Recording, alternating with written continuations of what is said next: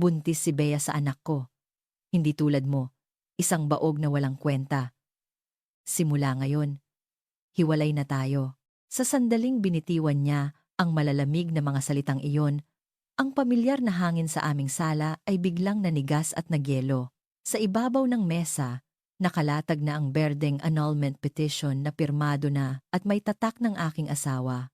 At sa aking harapan, isang babaeng mas bata pa sa akin ng higit isang dekada ang nakangiti ng may pagtatagumpay, mahigpit na nakakapit sa braso ng aking asawa, ang hindi pa alam ng hangal kong asawa na nabubulagan sa sandaling iyon ay ilang araw mula ngayon.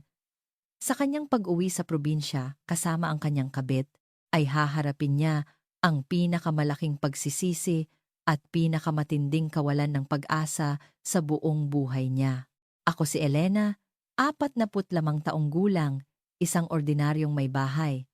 15 taon na kaming kasal ng asawa kong si Ramon. Isa siyang sales director sa isang malaking korporasyon at 48 taong gulang na. Sa loob ng aming pagsasama, hindi kami nagkaroon ng malaking pag-aaway.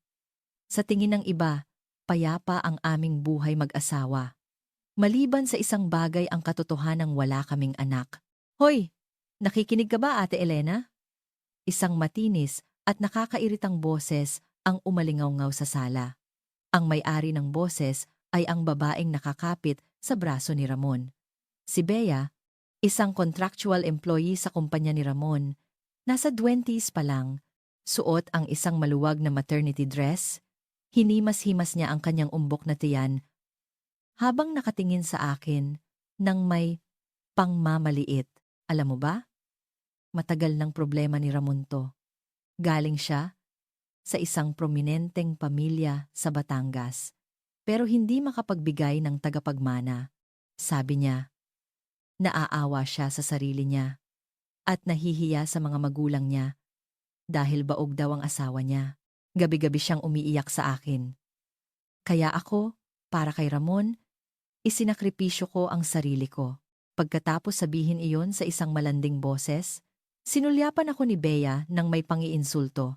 Niyakap naman ni Ramon ang mga balikat ni Bea at tumingin sa akin na may lamig sa kanyang mga mata na para bang binubura ang lahat ng aming 15 taong pagsasama. Tama ang sinabi ni Bea. Ang pamilya namin ay kilala sa probinsya at bilang panganay na lalaki, kailangan kong magkaroon ng tagapagmana. Kung hindi, pag-uusapan ako ng buong angkan. Alam mo yan, di ba? Pero sa loob ng 15 taon, ni hindi ka man lang nabuntis. Hindi mo magampanan ang tungkulin mo bilang isang babae. Isa kang pabigat na walang silbi. Pero kung umasta ka, akala mo kung sino kang asawa ko? Ang mga salitang lumalabas sa bibig ni Ramon ay parang mga patalim na tumutusok sa akin. Baog, pabigat, walang silbi. Sa normal na sitwasyon, siguradong iiyak, magwawala, at sasampalin ng isang asawa ang kanyang mister. Pero ako, tahimik ko lang silang tinitingnan sa kanilang mga mukha. Marahil, inakala nilang nabigla ako at hindi makapagsalita, kaya't lalo pang lumakas ang loob ni Ramon. Huwag kang umasa ng kahit anong financial support, ha? Sa totoo lang, dapat ako pa ang maningil sa'yo dahil sinayang mo ang 15 taon ng mahalaga kong oras.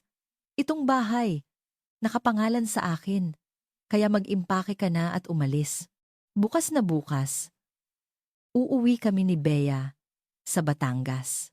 Siguradong maiiyak sa tuwa si Mama kapag nalamang sa wakas ay makikita na niya ang kanyang apo. Ipinagmamalaki ni Ramon ang kanyang sarili. Pagkarinig ko sa mga salita niya, dahan-dahan akong huminga ng malalim. Kinuha ko ang aking ballpen mula sa drawer at, nang walang anumang pag-aalinlangan, inilagda ang aking pirma sa annulment petition na nasa mesa. Ha? Parehong natigilan si Ramon at Bea sa aking mabilis na pagkilos. Marahil, inaasahan nilang magmamakaawa ako o iiyak para pigilan sila. Nakita ko ang pagkadismaya sa mukha ng aking asawa. Tahimik akong nagsalita. Sige, payag ako sa annulment. Uuwi pala kayo bukas sa probinsya. Mag-iingat kayo sa biyahe. Hindi yata nagustuhan ni Ramon ang kalmado kong pagsagot. Sk! Nagpapakatapang ka pa! Aniya. Hinila niya ang kamay ni Bea. Ayoko nang makita ang kaawa-awa mong pag-alis. Sa hotel kami matutulog. Isinara niya ang pinto ng malakas. Ang malakas na kalabog ng pinto ay umalingaw-ngaw sa buong bahay at muling bumalik ang katahimikan sa sala. Mag-isa sa silid, tinitigan ko ang lugar kung saan sila nakatayo kanina at isang malamig na ngiti ang gumuhit sa aking mga labi.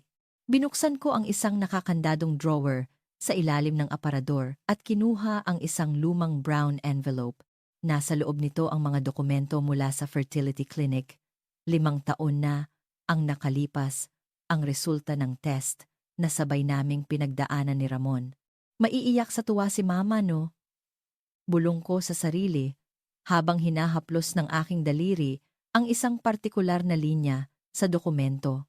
Ramon, sabik na akong makita kung anong magiging itsura mo kapag hinarap mo ang biyenan mo at malaman niya ang katotohanan.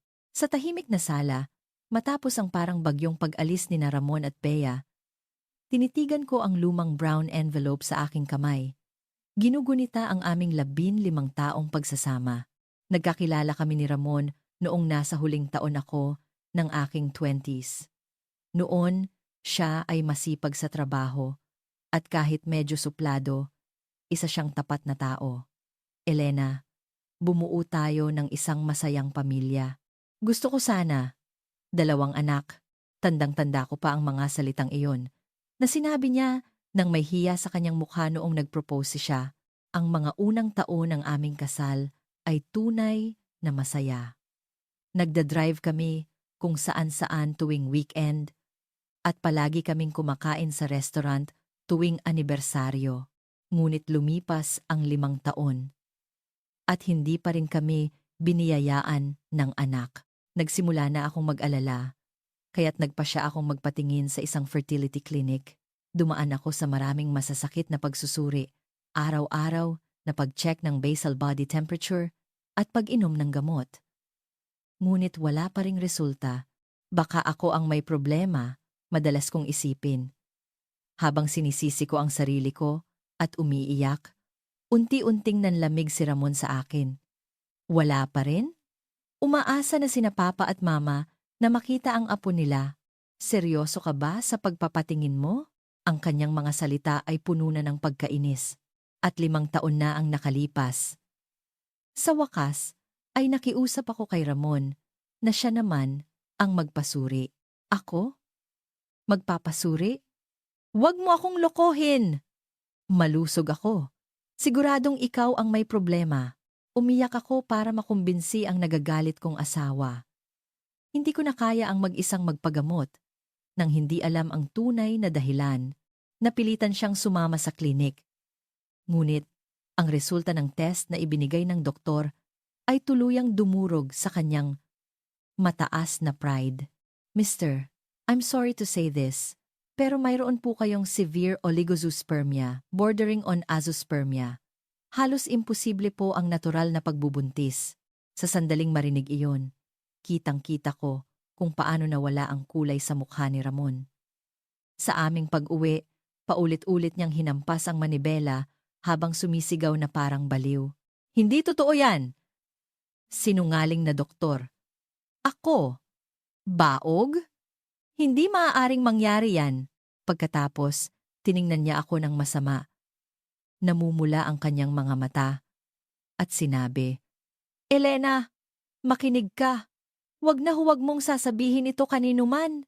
Kapag nalaman ito ni na Papa at Mama, wala na akong mukhang ihaharap bilang panganay. Pagtatawanan ako ng buong angkan. Ikaw ang may problema. Intindihin mo yan. Sabihin mong baog ka kaya hindi tayo magkaanak. Ganon ang sabihin mo. Iyon ang naging desisyon ni Ramon. Hindi niya matanggap ang kanyang pagkukulang at para sa kanyang pride at reputasyon, ipinasa niya sa akin ang asawang minsan niyang minahal. Ang lahat ng responsibilidad. Sa sandaling iyon, naramdaman ko ang pagguho ng pagmamahal ko para sa kanya. Ngunit, Hindi ako sumagot. Tahimik kong tinanggap ang hindi makatarungang hiling niya. Kung ako ang magpapakasama, maiiwasan ang gulo. Iyon ang sinabi ko sa sarili ko. At sa loob ng 5 taon, tiniis ko ang masasakit na tanong mula sa mga tao. Wala pa ba kayong baby? Pero ngayon, buntis si Bea. Ha? Bulong ko habang inilalabas ang resulta ng test mula sa envelope. Imposible para kay Ramon na makabuntis ng natural. Nagkaroon ba ng milagro? Hindi. Imposible. Isa lang ang sagot. Ang ama ng dinadala ni Bea sa kanyang sinapupunan ay tiyak na hindi si Ramon. Kinabukasan ng tanghali, sumakay sina Ramon at Bea ng bus mula Maynila patungo sa luntiang probinsya ng Batangas, kung saan naroon ang ancestral house ni Ramon. Hon, sa tingin mo, magugustuhan ako ni Mama Lourdes? Kinakabahan ako, sabi ni Bea na parang pusa habang nakaupo sa komportableng upuan ng bus. Napangiti si Ramon ng malaki at hinaplos ang tiyan ni Bea. Huwag kang mag-alala. Gustong-gusto na ni Mama na magkaapo. Kapag nalaman niyang dinadala mo ang anak ko, maiiyak yun sa tuwa at tatanggapin kanya ng buong puso. Ang pamilya ni Ramon ay kilala sa kanilang lugar. Isang malaking bahay na bato sa isang malawak na lupain at malapit ang ugnayan sa mga kamag-anak. Yung si Elena, sigurado umiiyak mag-isa yon ngayon. Buti nga sa kanya. Ang hindi niya nagawa sa loob ng 15 taon, nagawa ni Bea sa loob lang ng 6 na buwan. Hay nako, Ramon. Kalimutan na natin yang matandang yan. Ang mahalaga, magiging masaya na tayong 3 kasama ang baby natin. Walang anumang duda sa kanilang magandang kinabukasan. Lasing sa kaligayahan ang dalawa habang pinagmamasdan ang mga tanawin sa labas ng bintana. Nang makarating, sumakay sila ng tricycle at huminto sa harap ng malaki at marangyang gate ng bahay ni na Ramon. Ma! Si Ramon po! To! Umuwi na ako! Malakas na sigaw ni Ramon. Mula sa loob, lumabas ang isang babaeng nasa edad na, mabait ang itsura at nakasuot ng apron. Ito ang ina ni Ramon, si Mama Lourdes, ang aking biyenan. Oh, Ramon! Anak! Bakit biglaan yata ang uwi mo? Ma, may ipapakilala po ako sa inyo. Siya po si Bea. At sa sinapupunan niya, naroon ang anak ko. Hiwalay na kami ni Elena. Sa wakas, Ma, maibibigay ko na sa inyo ang inyong unang apo. Ipinagmamalaki ni Ramon ang sarili, na para bang ginawa niya ang pinakadakilang bagay sa mundo. Tiningnan ni Mama Lourdes si Bea at ang bahagyang umbok na tiyan nito. Inaasahan ni Ramon na ang kanyang ina ay luluha sa tuwa. Ngunit ang sumunod na lumabas sa bibig ng kanyang ina ay isang bagay na hindi niya inaasahan, isang salitang kasing lamig ng yelo. Ha? Anong kalokohan niyang pinagsasabi mo? Paanong magkakaanak ka, Aber? Hindi ka naman pwedeng magkaanak. Dahil baog ka. Sa sandaling marinig iyon, nanlaki ang mga mata ni Bea at biglang nawala ang kulay sa mukha ni Ramon. Anong kalokohan niyang pinagsasabi mo? Paanong magkakaanak ka, Aber? Hindi ka naman pwedeng magkaanak. Dahil baog ka, di ba? Umalingaw-ngaw ang sigaw ni Mama Lourdes sa may pintuan. Sa isang iglap, habang nakatayo si Ramon na parang binuhusan ng malamig na tubig, kitang-kita kung paano siya namutla. Sa tabi niya, si Bea ay nanlaki ang mga mata at nakanganga. Ma, ano bang sinasabi niyo? Baog? Imposible. Huwag ka nang magkunwari. 5 taon na ang nakalipas noong isinama ka ni Elena sa klinik at sinabihan ka na imposibleng magkaanak ka ng natural. Alam ko ang lahat ng yon. Sa sinabi ng kanyang ina, napaatras si Ramon na parang tinamaan ng kidlat. Papaano? Paano niyo nalaman, Ma? Kaninang tanghali, tumawag sa akin si Elena. Sinabi niyang iniwan niyo ang annulment papers at umalis. At sinabi rin niya kung gaano siya naghirap sa loob ng 5 taon para lang pagtakpan ang kasinungalingan mo at akuin ang lahat ng sisi. Kinuha ni Mama Lourdes ang kanyang smartphone, nanginginig sa galit. Sa screen, malinaw na nakikita ang litrato ng medical certificate mula 5 taon na ang nakalipas na ipinadala ni Elena kung saan nakasulat ang severe oligospermia at azoospermia. Umiiyak si Elena sa telepono. Kahit natawagin siyang baog, tiniis niya ang lahat para protektahan ang pride mo. Tapos ikaw?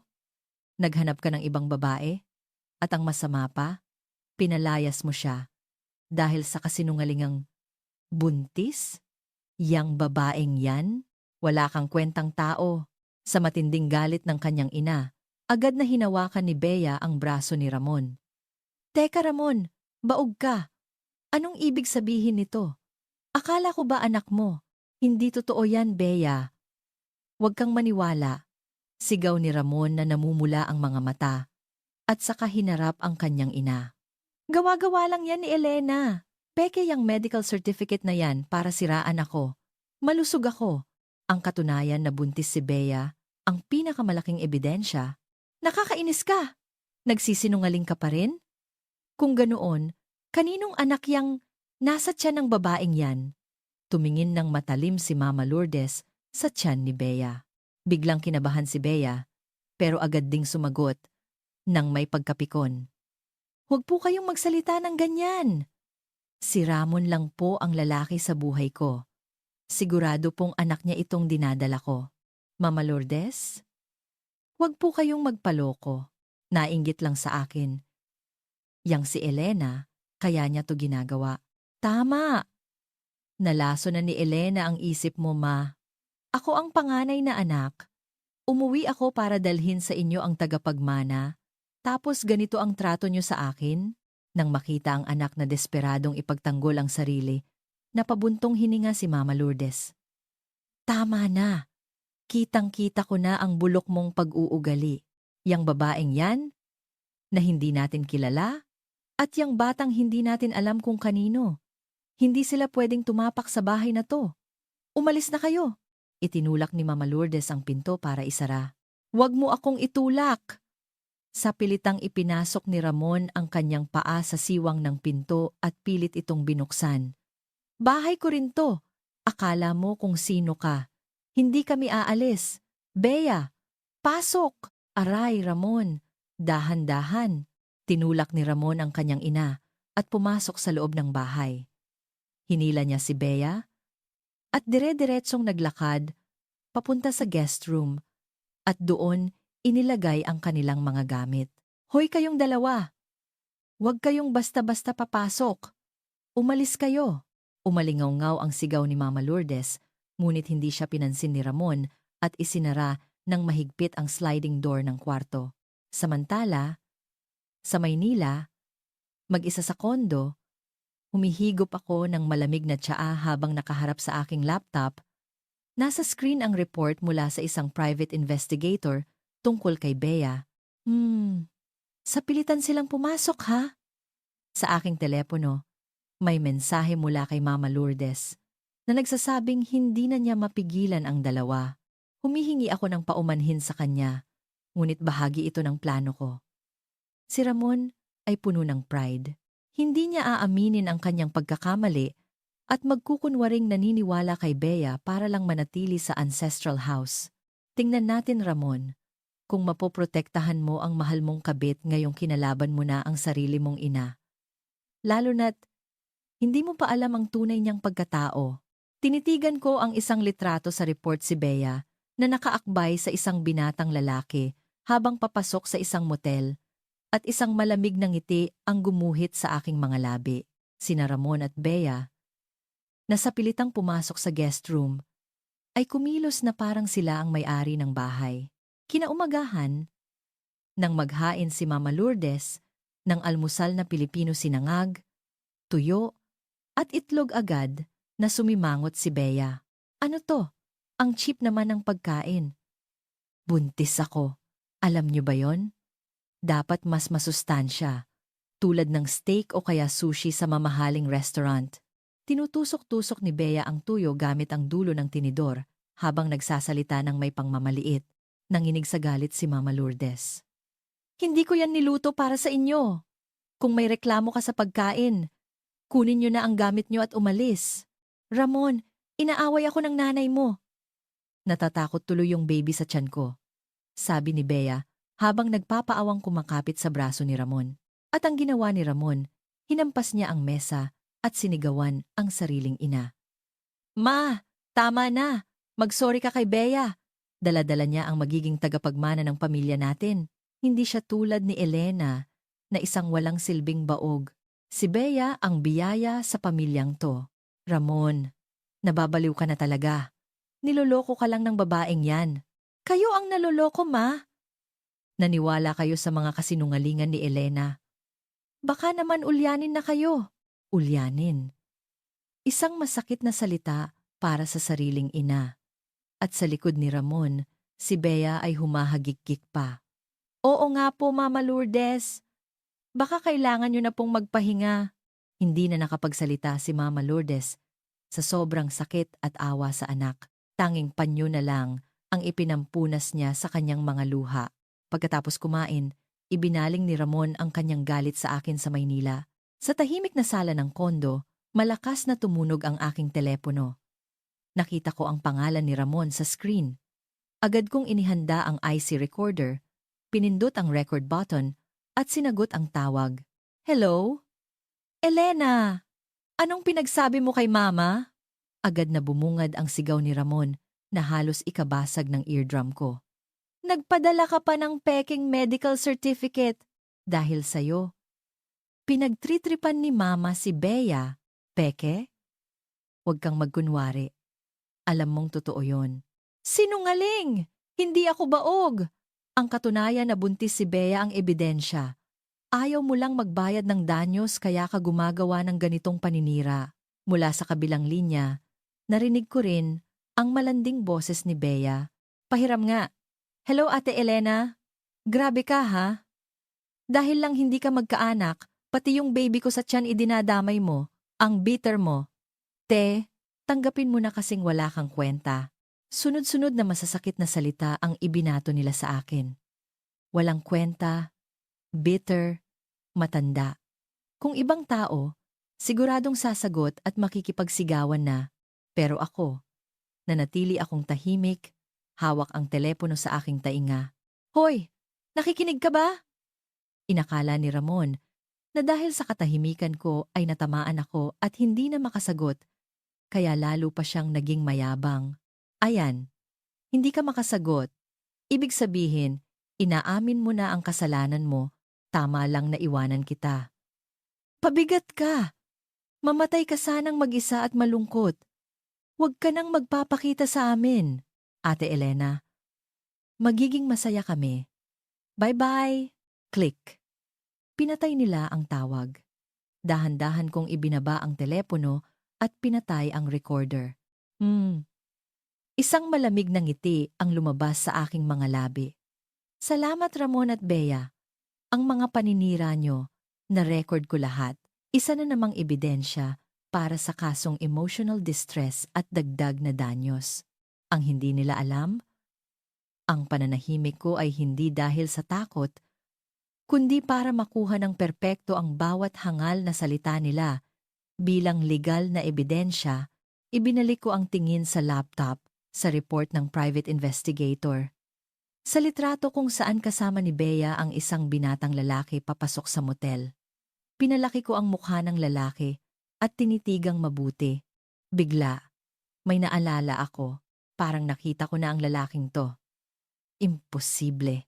Agad kong binuksan ang contacts sa aking telepono at, nang walang pag-aalinlangan, tinawagan ng isang hindi inaasahang tao.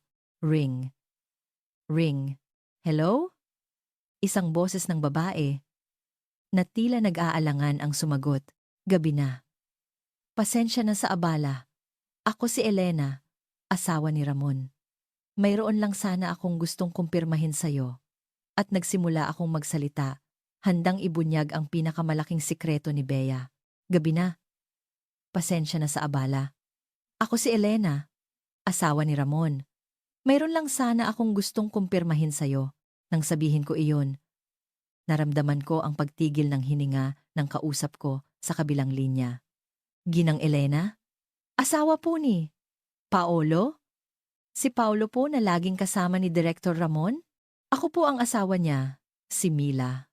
Bakit po kayo napatawag ng ganitong oras? Tama. Ang hindi inaasahang taong tinawagan ko ay si Mila, ang asawa ng paboritong tauhan ni Ramon sa opisina, si Paulo. Paminsan-minsan, iniimbitahan ni Ramon si Paulo sa aming bahay para mag-inuman, kaya't ilang beses ko na ring nakilala si Mila. Nang makita ko ang mukha ng lalaking kasama ni Bea sa motel sa report ng investigator, sigurado akong si Paulo iyon. Diretsahan na, Mila. Nitong mga nakaraang buwan, madalas bang ginagabi ng uwi si Paulo o kaya'y biglang umaalis tuwing weekend? Narinig ko ang paghinga ng malalim ni Mila sa kabilang linya. Paano? Sa totoo lang, nitong huling 6 na buwan, madalas siyang umaalis tuwing weekend dahil may bigla ang pinapagawa daw si Direktor Ramon. Matagal ko na pong iniisip. Baka may kabit siya. Sa nanginginig na boses ni Mila, sinabi ko, may ipapadala akong litrato sa'yo. Agad kong ipinadala sa messenger ang litrato na magiging ebidensya. Ilang segundo lang, narinig ko ang tili ni Mila. Si Paulo to. Sigurado ako. At sino tong babaeng kasama niya? Siya si Bea, isang contractual employee sa kumpanya ni Ramon. At Mila, huminahon ka. Iyang babaeng yan. Nagsinungaling siyang buntis siya sa anak ni Ramon para i-annul kami. At ngayon ay nakatira na siya sa ancestral house ng pamilya ni Ramon. Ano? Sa gulat ni Mila, ipinaliwanag ko na si Ramon ay baog at ang ama ng dinadala ni Bea ay malamang na si Paulo. Ang asawa niya ay may relasyon sa babaeng nagpalaya sa asawa ng kanyang boss at niloloko pa nila ang boss na iyon para angkinin ang yaman ng pamilya nito. Sa sobrang sama ng katotohanan, napaiyak si Mila sa telepono. Hindi ko sila mapapatawad! Ginang Elena, anong gagawin ko? Huwag kang umiyak, Mila. Kung magiging emosyonal tayo, sila ang mananalo. Pinakalma ko si Mila at sinabi sa isang malamig ngunit determinado na boses. May plano ako. Pwede ka bang makipagtulungan sa akin? Ipakita natin sa mga taksil na yan ang tunay na impyerno. Habang humihikbi, sumagot si Mila ng may diin. Ngayon, kumpleto na ang mga pyesa para sa aking paghihiganti.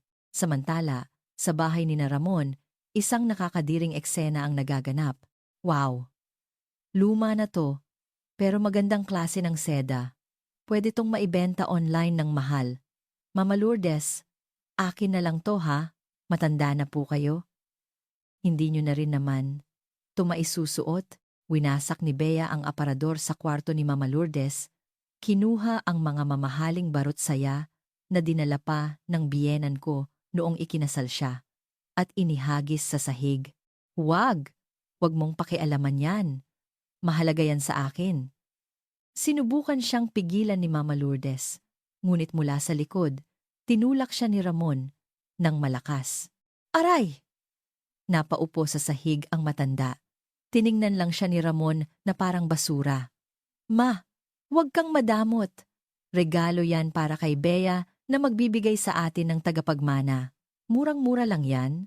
At saka, balang araw, itong bahay at lahat ng yaman, sa akin din naman mapupunta bilang panganay. Ramon, nababaliw ka na talaga. Niloloko ka lang ng babaeng yan. Bakit hindi mo makita? Tinawanan lang ni Ramon ang sigaw ng kanyang ina at nagpatuloy sa paghalungkat. Nakakita siya ng isang maliit na kahoy na kahon at ngumisi. Aha! Heto na! Ang titulo ng lupa at mga passbook ni Mama. Hoy Ma! Ano ang PIN ng mga to? Kailangan kong mag-withdraw para sa panganganak ni Bea at para sa pagpapatayo ng bago nating bahay. Magnanakaw. Ibalik mo yan. Tumahimik ka. Pera ng magulang. Pera rin ng anak. Hindi tulad ni Elena na walang kwenta. Si Bea ay karapat-dapat paggastusan. Inagaw ni Ramon ang mga passbook mula sa umiiyak na ina. Inakbayan si Bea at sinabing, naiwan si Mama Lourdes sa magulong kwarto. Nanginginig na kinuha ang kanyang telepono at tinawagan ako. Sa kondo ko sa Maynila, Umilaw ang pangalan ni Mama Lourdes sa screen. Nang sagutin ko, narinig ko ang kanyang pigil na pag-iyak. Elena, iha? Pasensya na kung tumawag ako, pero hindi ko na kaya. Mama Lourdes, ano pong nangyari? Si Ramon. Nabaliw na siya. Inudyukan ng babaeng. Yon! Kinuha niya ang mga barot saya ko, ang passbook, pati na ang titulo ng lupa. Ipinagmamalaki pa niya sa mga kapitbahay na bago niyang asawa yung babae. Nahihiya ako, nasasaktan. Ang boses ng biyenan ko na 15 taon akong itinuring na parang tunay na anak ay puno ng sakit. Ang mabait kong biyenan ay sinasaktan ng sarili niyang anak. Kinagat ko ang aking labi at pagkatapos ng ilang sandali ng katahimikan, nagsalita ako. Mama Lourdes, Elena, wag na po kayong umiyak. Hayaan niyo po ako. Ibabagsak ko sila sa pinakamababang putik. Kung saan hindi na sila makakabangon pa, pinatay ko ang tawag at kinuha ang isang folder ng mga dokumento sa mesa. Ang oras ng paghihiganti ay dumating na. Pagkatapos ng tawag mula kay Mama Lourdes, tinitigan ko ang isang makapal na folder sa mesa. Hindi ito ang report mula sa private investigator. Sa cover, nakasulat ang Del Castillo Holdings Internal Audit Report. At sa tabi nito, isang stock certificate na nakapangalan sa akin. Hanggang ngayon, ipinakilala ko ang sarili ko bilang isang ordinaryong may bahay. Ngunit iyon ay isang pagkukunwari lamang. Ang apelyido ko noong dalaga ay Del Castillo. Oo, ako ang anak ng nagtatag ng Del Castillo Holdings, ang kumpanyang pinagtatrabahuhan ni Ramon. Ako ang kasalukuyang majority stockholder. 15 taon na ang nakalipas. Ayaw kong umasa sa yaman ng aking pamilya, kaya't itinago ko ang aking pagkatao at nagtrabaho bilang isang ordinaryong empleyado sa isang subsidiary company. Doon ko nakilala si Ramon, na isang supplier noon. Gusto kong mahalin niya ako bilang si Elena, hindi bilang isang Del Castillo. Kaya't kahit noong ikinasal kami, hindi ko sinabi ang totoo kong pagkatao. Pumayag naman ang aking ama, ang kasalukuyang chairman. Kung iyan ang magpapasaya sa'yo, anak, kaya't buong akala ni Ramon, galing ako sa isang mahirap na pamilya na walang kapangyarihan. Hindi niya alam na ang tunay na may-ari ng kumpanyang ipinagmamalaki niya ay ang sarili niyang asawa. Hindi ko akalain na ganito na pala siya kabulok, sabi ko sa sarili habang binubuklat ang file. Nang ipaimbestiga ko si Bea, ipinasama ko na rin ang mga gawain ni Ramon sa opisina. Ang lumabas ay isang nakakagulat na katotohanan. Si Ramon, kasabwat ang paborito niyang tauhan na si Paulo, ay gumawa ng mga peking transaksyon para nakawin ang pera ng kumpanya. Ang halaga ay umabot na sa 10-10 milyon sa loob ng ilang taon. Ang ninakaw na pera ay ginastos sa mga mamahaling date nila ni Bea at sa mga luxury hotel. Utang na loob na sinuklian ng sama ng loob, bulong ko. Kinuha ko ang aking telepono at tinawagan ang numero ng aking ama. Hello, Tay? Pasensya na sa abala. May hihilingin lang sana ako tungkol kay Ramon. Ikinuwento ko sa aking ama ang lahat.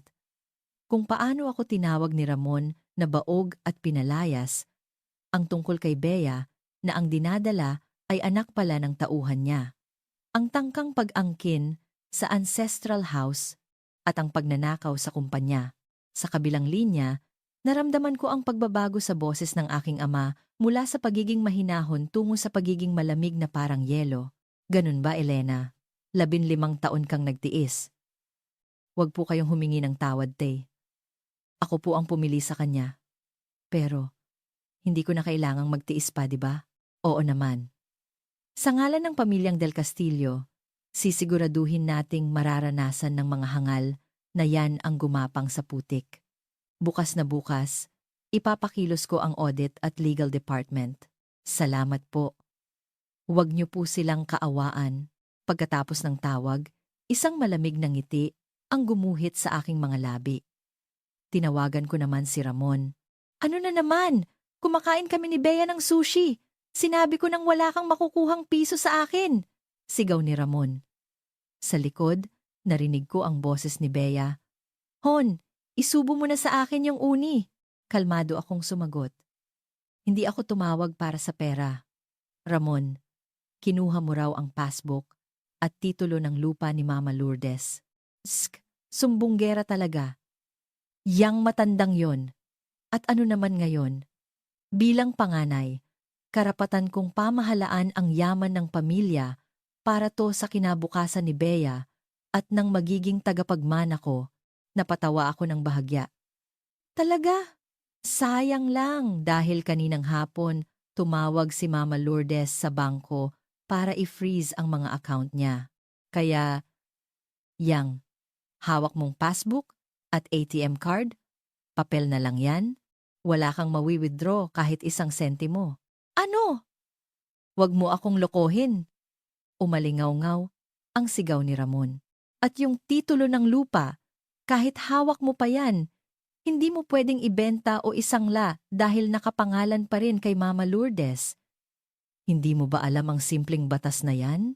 Walang hiya, yang matandang yon. Nagngingit-ngit si Ramon. Makinig ka, Elena. May posisyon ako sa kumpanya at malaki ang sahod ko kahit wala ang bahay at pera ni na Mama. Kayang-kaya kong buhayin si Bea. Ikaw na talunan. Manood ka lang. Diyan habang buhay, nanahimik ako saglit at saka sinabi sa isang napakalamig na boses ang huling hatol ko. Posiyon sa kumpanya at malaking sahod ha. Kumapit ka sanang mabuti sa mga yan. Anong ibig mong sabihin? Hoy! Elena! Sagot, abangan mo ang pagpasok mo sa opisina bukas. Iyon lang ang sinabi ko at pinatay ang tawag. Ni-block ko na rin ang numero niya. Tingnan natin, Ramon. Bukas, malalaman mo kung sino talaga ang may-ari ng kumpanyang inaasahan mo. Kinaumagahan, kabaligtaran ng maaliwalas na langit, napakasama ng timpla ni Ramon. Buwisit yang si Elena! Akala mo kung sino makapagsalita. Ang mga salita ni Elena, abangan mo ang pagpasok mo sa opisina bukas, ay paulit-ulit na tumatakbo sa kanyang isip. Ngunit iwinaksin niya ito. Satsat lang ng isang talunan. Anong magagawa ng isang walang trabahong babae? Ipinagkibit balikat niya ito, isinuot ang kanyang mamahaling suit at umalis ng bahay. Sa kanyang tabi, mahigpit na nakakapit si Bea. Ramon, magre-resign na ako sa agency mamaya. Kailangan ko nang mag-focus sa pag-aalaga sa baby natin. Ana, oo naman. Sapat na ang sahod ko para buhayin kayong dalawa. Hindi katulad ni Elena na isang mahirap na walang silbi. Isang elite na tulad ko ang asawa mo. Buong yabang silang sumakay ng taxi patungo sa main office ng Del Castillo Holdings sa Makati. 9:00 ng umaga. Pagpasok ni Ramon sa sales department, naramdaman niya ang kakaibang tensyon. Karaniwan, sasalubungin siya ng, "Good morning, Director." Ngayon, lahat ay tahimik. Ang mga empleyado ay nakayuko sa kanilang mga desk, umiiwas sa kanyang tingin. Hoy! Anong nangyayari dito? Bakit hindi kayo bumabati? Inis na sabi ni Ramon. Bigla, mula sa dulo ng opisina, tumakbo palapit sa kanya si Paolo, ang paborito niyang tauhan, na parang nakakita ng multo. Baluktot ang kanyang kurbata at pinagpapawisan ng malagkit. Paolo, anong itsura yan? Nakakahiya ka. Sir! Hindi ito ang oras para dyan! Yung computer niyo po at lahat ng dokumento sa desk niyo, kinuha lahat. Ha? Kumunot ang noo ni Ramon. Kinuha? Sino? Nang walang pahintulot ko, ako, isang malalim at makapangyarihang boses ang umalingaw-ngaw sa buong opisina. Lahat ng empleyado ay napapitlag. Mula sa isang kwarto, dahan-dahang lumabas ang isang matandang lalaki. Napalunok si Ramon. Maputing buhok. Suot ang isang mamahaling dark suit. Ang matalim niyang tingin ay nakatutok kay Ramon. Ang lalaking ito, na bihirang magpakita sa opisina, ay ang pinakamakapangyarihang tao sa Del Castillo Holdings. Ang chairman, si G. Del Castillo. Chairman! Bakit po kayo nandito sa sales department? Pilit nang ngumiti si Ramon habang inaayos ang kanyang tindig. Sa likod ng chairman, nakatayo ang mga miyembro ng audit at legal department. Lahat ay seryoso ang mukha. Direktor Ramon, ang mga dokumento at data mula sa iyong computer ay kinuha na ng audit department. Kasalukuyan itong sinusuri ng isang special team. Sa kalmadong boses ng chairman, nagsimulang tumulo ang malamig na pawis sa noo ni Ramon. Kinuha? Bakit po? May nagawa po ba akong mali? Teka lang po. Matagal na akong nagbibigay ng pinakamataas na sales sa kumpanyang ito. Siguradong may hindi lang pagkakaunawaan. Buong buhay ko, ibinigay ko sa kumpanyang ito. Wala po akong ginagawang masama. Sa tabi ni Ramon, si Bea, na hindi maintindihan ang nangyayari, ay sumabat. Oo nga po, elite director si Ramon. Bakit niyo siya pinaghihinalaan? Bastos naman yan, kumibot ang kilay ng chairman. At sino ka naman? Ineng, fiancé po ako ni Ramon. At malapit ng isilang ang tagapagmana niya. Sabi ni Bea habang hinihimas ang tiyan. Sa sandaling iyon, isang malamig na galit ang gumuhit sa mga mata ng chairman. Ikaw pala yung Bea, ha? Kilala niyo po ako? Hindi pinansin ng chairman si Bea at muling ibinaling ang matalim na tingin kay Ramon. Hindi pagkakaunawaan. Tungkol ito sa pagnanakaw mo ng pondo ng kumpanya sa loob ng maraming taon, kasabwat si Paulo, gamit ang mga pekeng transaksyon. Hawak na namin ang lahat ng ebidensya. Tuluyang nawala ang kulay sa mukha ni Ramon. Sa tabi niya, si Paulo ay napaluhod na at umiiyak. Ginamit mo ang ninakaw na pera para dalhin ang babaeng yan sa mga mamahaling hotel at restaurant. Pinaglaruan mo ang pera ng kumpanya ko. Hindi po totoo yan. Si Paulo po ang may gawa ng lahat. Wala po akong alam. Desperadong itinuro ni Ramon ang kanyang tauhan. Huwag ka nang magsinungaling. At hindi lang pagnanakaw ang kasalanan mo, malamig na sabi ng chairman. Lumapit siya ng isang hakbang kay Ramon at sinabi sa isang boses na umalingaw-ngaw sa buong opisina. Ang pinakamahalaga kong yaman, tinapakan mo, tinawag na baog, at pinalaya sa sarili niyang pamamahay. Pinakamahalagang yaman? Ano pong ibig niyong sabihin? At litong-lito, si Ramon, sasabihin ko sa'yo. Ang tunay na pagkatao ng asawa mong si Elena, na pinalayas mo kahapon, sa pagbanggit ng pangalan ni Elena, nagkatinginan sina Ramon at Bea. Ang tunay na pagkatao ni Elena. Sa pagbanggit ng chairman sa pangalan niya, natulala si Ramon. Kahit na nahuli na siya sa pagnanakaw, hindi pa rin maproseso ng kanyang utak ang nangyayari. Ano pong biro yan? Si Elena, galing lang yon sa mahirap na pamilya, isang ordinaryong may bahay, at yung baog na yon, anong kinalaman niya sa inyo, chairman? Tumahimik ka! Isang malakas na hampas ng tungkod ng chairman sa sahig ang umalingaw-ngaw. Sa tindi ng galit nito, napaurong si Ramon. Huwag na huwag mong iinsultuhin ang anak ko sa harap ko. Ang apelyido ni Elena noong dalaga ay Del Castillo. Siya ang kaisa-isa kong anak at ang majority stockholder ng Del Castillo Holdings. Nanlaki ang mga mata ni Ramon na halos lumuwa. Anak? Stockholder? Hindi. Hindi totoo yan. Sinabi niya. Nasa probinsya ang mga magulang niya. Sa tingin mo ba, sasabihin niya ang totoo sa isang taong tulad mo na materyal na bagay lang ang tinitingnan? Itinago ni Elena ang kanyang pagkatao para magkaroon ng payapang buhay kasama ka. Umiling-iling si Ramon, hindi makapaniwala. Biglang sumabat si Bea. Hoy, Lolo! Ulyanin ka na ba? Baog lang yang si Elena. Hindi siya tulad ko. Bata, maganda, at kayang magbigay ng tagapagmana kay Ramon. Huwag niyo nang lokohin si Ramon. Namutla ang mga empleyado sa paligid sa katangahan ni Bea. Lumapit ang isang abogado mula sa legal team at iniharap kay Ramon ang ilang dokumento. Ito po ang birth certificate at stock certificate ni Ginang Elena. Tingnan niyo po. Nanginginig na kinuha ni Ramon ang mga papel. Nandoon nga, Malinaw na nakasulat ang pangalan, Elena S. Del Castillo. At ang katotohanang hawak niya, ang mahigit kalahati ng stocks ng kumpanya. Nawalan ng lakas ang mga tuhod ni Ramon at napaupo siya sa sahig. Ang asawang 15 taon niyang minaliit, ininsulto, at sa huli pinalayas, ay ang tunay na may-ari ng kumpanyang pinagtatrabahuhan niya. Ang kanyang posisyon, ang kanyang malaking sahod lahat, ay nasa ilalim lang pala ng palad ng kanyang asawa. Ramon at Paulo, simula ngayong araw, tanggal na kayo sa kumpanya, malamig na anunsyo ng chairman. Ang 10 milyong ninakaw nyo, sisingilin namin bilang danyos. Siyempre, walang retirement pay. Kung hindi nyo mababayaran, idedemanda namin kayo sa pulis. Teka lang po. Gumapang si Ramon, palapit sa chairman. Babalik ko po ang pera. Huwag nyo lang po akong ipakulong.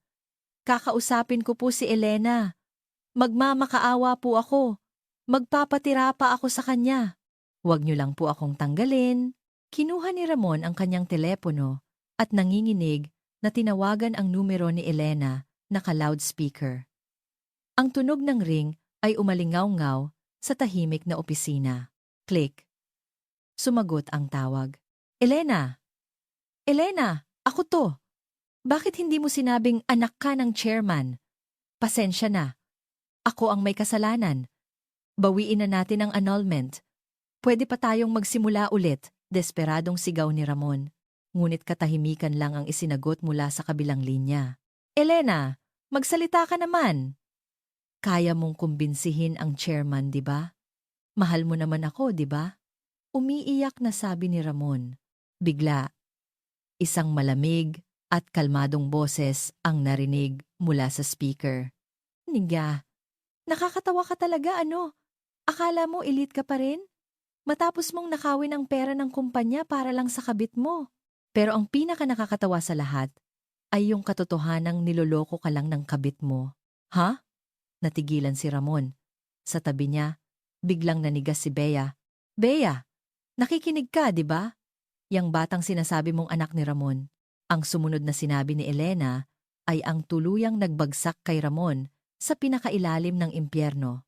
Ang tunay na ama ng batang yan ay ang katabi ni Ramon na nanginginig sa takot, si Paulo. Ano?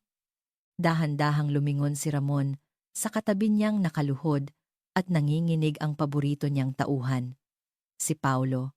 Ang mga salitang iyon mula kay Elena ay parang bombang sumabog sa loob ng opisina. Si Ramon, na parang isang sirang robot, ay dahan-dahang lumingon kay Paulo na nanginginig at basang-basa ng pawis. Paolo. Hoy! Paolo! Sabi ni Ramon sa isang boses na walang emosyon. Narinig mo ba ang sinabi niya? Yes. Sir, hindi po. Maniwala po kayo. Ako po. Hayop ka! Sumigaw si Ramon na parang mabangis na hayop. Sinunggaban si Paulo sa kwelyo at itinaas. Pinatulan mo ang babae ko? Matapos kitang tulungan at isama sa pagnanakaw, tinraidor mo ako. Hindi po. Si Bea po ang nang-akit. Sabi niya, boring daw kayo at matanda na. Mas gusto niya daw yung bata at malakas. Ano? Ang masakit at malupit na katotohanang lumabas sa bibig ni Paulo ay nagpatigil kay Ramon. Namula ang kanyang mukha sa galit at hindi na makapagsalita. Biglang sumigaw si Bea. Hoy, Paulo, anong pinagsasabi mo? Ramon, kasinungalingan yan. Inatake niya ako. Ikaw lang ang mahal ko.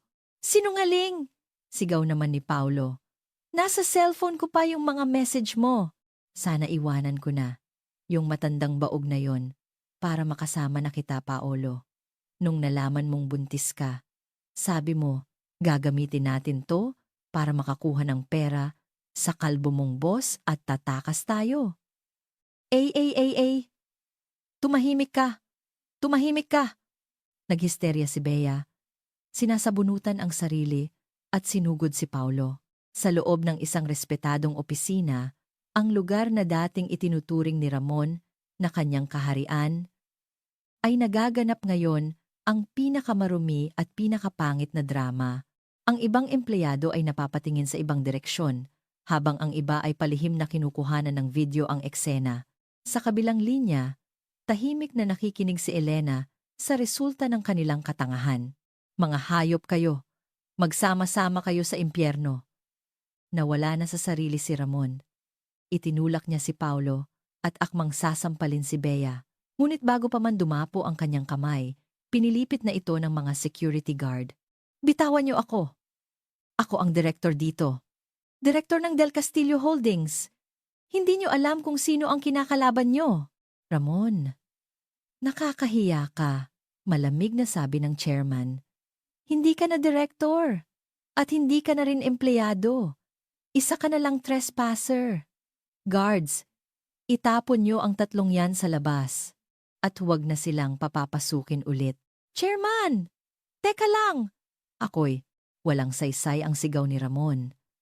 Silang tatlo ay kinaladkad palabas ng opisina. Ang kanyang pride bilang elite, ang tiwala ng mga tauhan, ang pangako ng magandang kinabukasan, lahat ay nawala.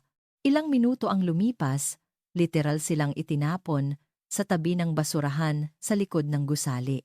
Aray! Ano ba yan? Power tripping to! Ididemanda ko kayo!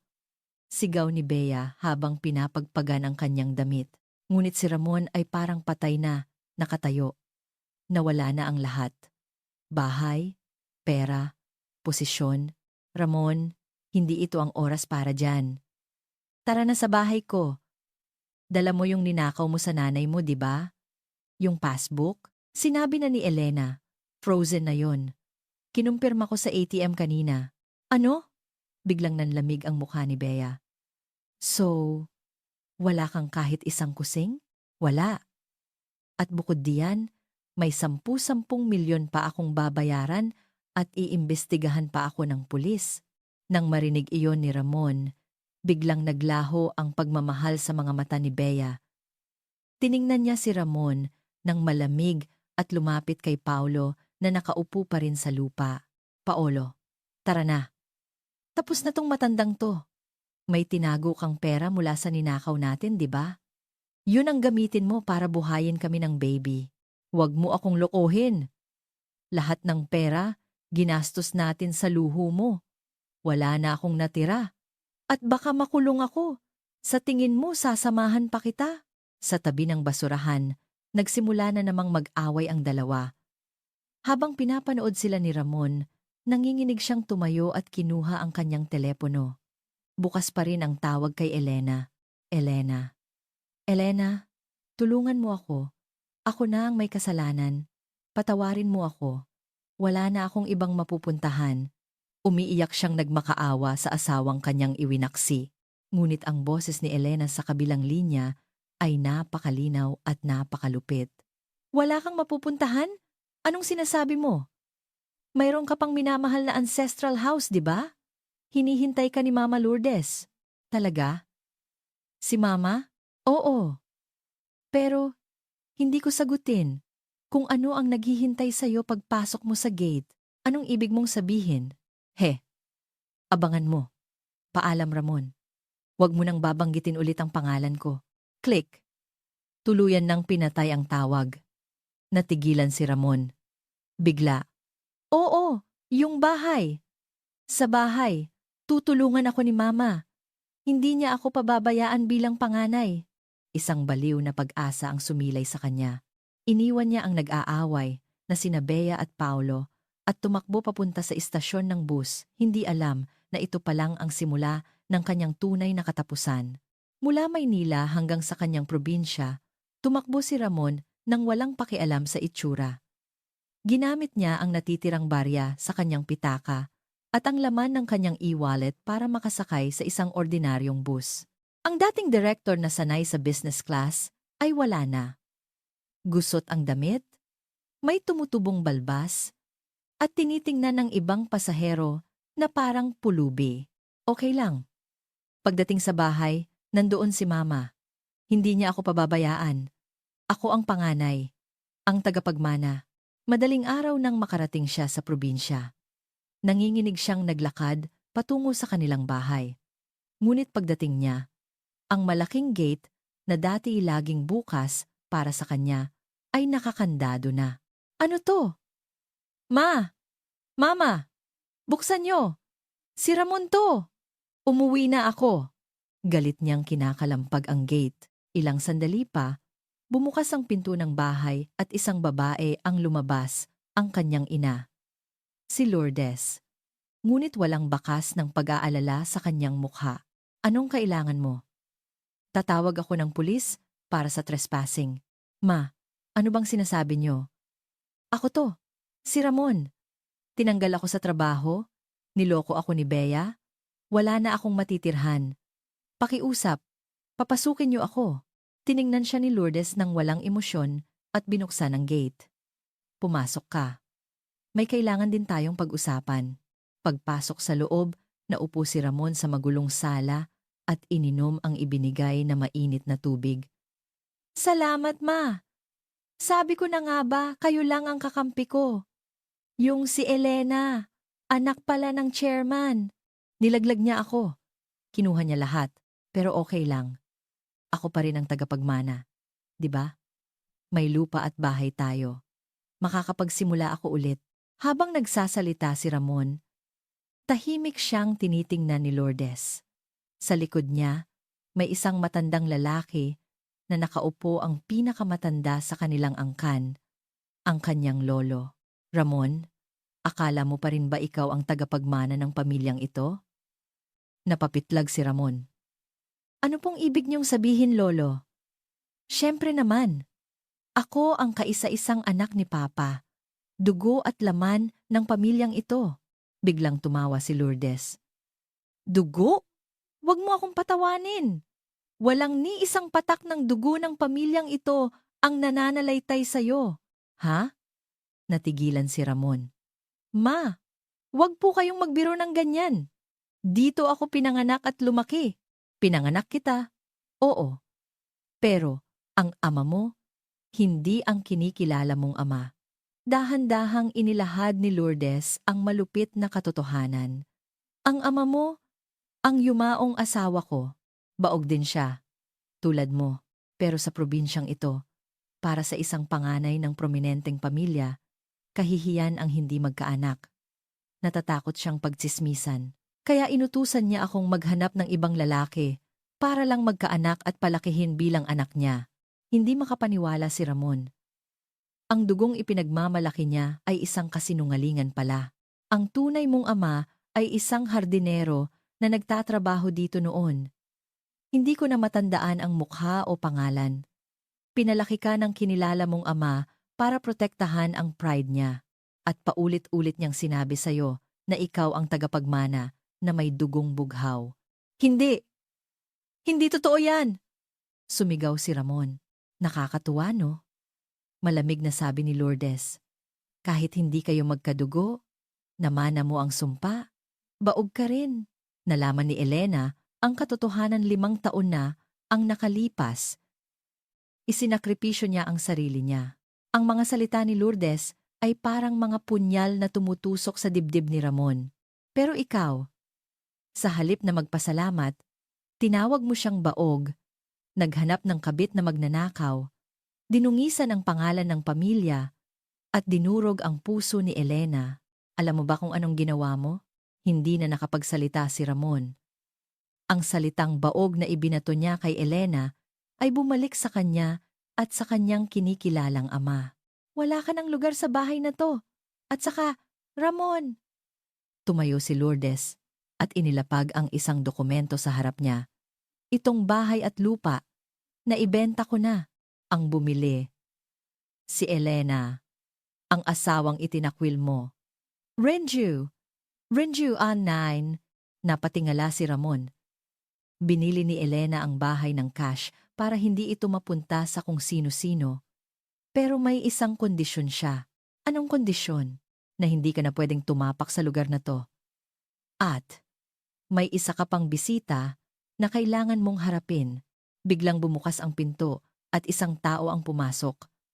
Nang makita siya ni Ramon, napasigaw siya. Hindi ito si Elena, si Bea o ang chairman. Kamusta, Ramon? Sa pagpasok ng taong ito, tuluyang gumuho ang huling pag-asa ni Ramon. Kamusta, Ramon? Ang taong pumasok sa sala at bumati sa kanya ay ang dahilan kung bakit halos tumigil ang puso ni Ramon. Maayos ang suot. Malinis ang itsura. Ang taong ito ay si Paulo, ang kasama niya sa tabi ng basurahan kanina. Paolo, bakit ka nandito? Nanginginig na itinuro ni Ramon si Paulo. Pasensya na ha. Habang ikaw ay naghihirap sa bus, ako, sinundo ng sasakyan na pinadala ni Ginang Elena. Sabi ni Paulo na may pang-asar ng ngiti. Sasakyan ni Elena? Kakampi ka niya? Kakampi? Huwag mo akong patawanin. Ikaw ang unang ng traitor sa akin, sabi ni Paulo habang inilalabas ang isang dokumento. Gusto mo akong gawing fall guy sa pagnanakaw, di ba? Pero sayang, matagal ko nang sinabi ang lahat kay Ginang Elena at ibinigay ko na rin ang lahat ng ebidensya. Sabi niya, kung makikipagtulungan ako, sasagutin niya ang bahagi ko sa danyos para daw siguradong maibagsak ka sa impyerno. Nagkulay ube ang mukha ni Ramon sa galit at gulat. Hindi lang yan. Ako na rin ang naging ahente ni Ginang Elena sa pagbili ng property na to. Yung passbook at titulo na ninakaw mo sa nanay mo. Ako ang nagdala sa bangko at sa abogado para i-freeze at ilipat ang pangalan. Kaya, yang huling pag-asa mo. Itong bahay, wala ka ng kahit isang hibla ng pag-aari dito. Nanginginig si Ramon at kumapit sa kanyang ina. Ma! Nagsisinungaling siya. Ako! Ang panganay! Ang kulit mo. Iwinaksi ni Lourdes ang kamay ng anak. Sinabi ko na, wala kang dugo ng pamilyang ito. Itong si Lolo, nandito siya para pirmahan ang papeles na ititiwalag ka sa angkan. Hindi ka na bahagi ng pamilya. Ititiwalag? Tumingin si Ramon sa matanda na tumangulang. Ramon, ang ginawa mo sa kumpanya at sa pamilyang ito ay hindi na mapapatawad. Itinatakwil ka na namin. Bahay, pera, posisyon, at ngayon, pati ang apelyido. Lahat ng pinanghahawakan ni Ramon ay gumuho. Habang natutulala si Ramon, dinagdagan pa ni Paulo ang sakit. Ay, oo nga pala. Si Bea. Si Bea? Anong nangyari sa kanya? Dala niya ang anak ko, di ba? Tumawa si Paulo. Anak? Nagpapatawa ka ba? Nung nalaman niyang wala ka ng pera, nagmakaawa siya sa akin. Paulo, ayoko talagang alagaan ang anak ng matandang baog na yon. Sa totoo lang, hindi ko pa nga sigurado kung buntis talaga ako. Ganon. Ang sabi niya. Ano? Posibleng peke rin ang pagbubuntis niya. Yung resulta ng test, kinuha lang daw niya sa internet para siguradong hindi ka aalis. At kung totoo man, anak ko yon. Pero wala akong balak buhayin yung babaeng yon. Sigurado, nahuli na siya ng abogado ni Ginang Elena ngayon at kinukuha na lahat ng ari-arian niya. Napatingala si Ramon. Ang pag-ibig, ang tagapagmana, ang buong buhay niya, lahat ay peke. Siya lang ang nag-iisang hangal na nagsasayaw na parang isang hubad na hari. Wah! Sumigaw siya at hinampas ang sahig. Elena! Gawa mo to! Lahat to! Plano mo! Biglang nag-vibrate ang kanyang telepono. Isang numero na nakablock. Nanginginig niyang sinagot ito at ini-loudspeaker. Elena! Elena! Tulungan mo ako! Pasensya na! Tanga ako! Gagawin ko lahat! Hahalikan ko ang paa mo! Huwag mo lang akong pabayaan! Aba, may lakas ka pa palang tumahol, ano? Malamig na sabi ni Elena. Ngayon, naiintindihan mo na ba kung anong nawala sa'yo? Ang dugo mo? Ang kakayahan mo? Lahat ay peke? Patawad. Patawarin mo ako. Hindi ko kailangan ng sorry mo. Ang gusto ko ay ang paghihirap mo. Sige, Ramon. Walang oras para malito. Paparating na dyan ang magdadala sa'yo sa tunay mong impyerno. Tunay na impyerno? Ayan na. Naririnig mo na ba? Kasabay ng salita ni Elena, umalingaw-ngaw ang tunog ng sirena ng pulis sa labas. Pula na ilaw ang tumatama sa loob ng madilim na sala. Hindi! Hindi maaari! Gumapang si Ramon sa bintana at nakita ang mga pulis na bumababa sa kanilang mga sasakyan. Ikaw ba si Ramon? Inaaresto ka namin sa kasong qualified theft at grave threats laban sa iyong ina. Habang umaalingaw-ngaw ang boses ng pulis, ngumisi si Paulo at ipinikit ni Lourdes ang kanyang mga mata. Si Ramon, wala ng lakas para tumakas, ay napaupo na lang sa sahig, ngunit ito ay simula pa lamang. Ang hindi pa niya alam, ang pinakamalaking paghihiganti ni Elena ay naghihintay sa kanya sa istasyon ng pulis.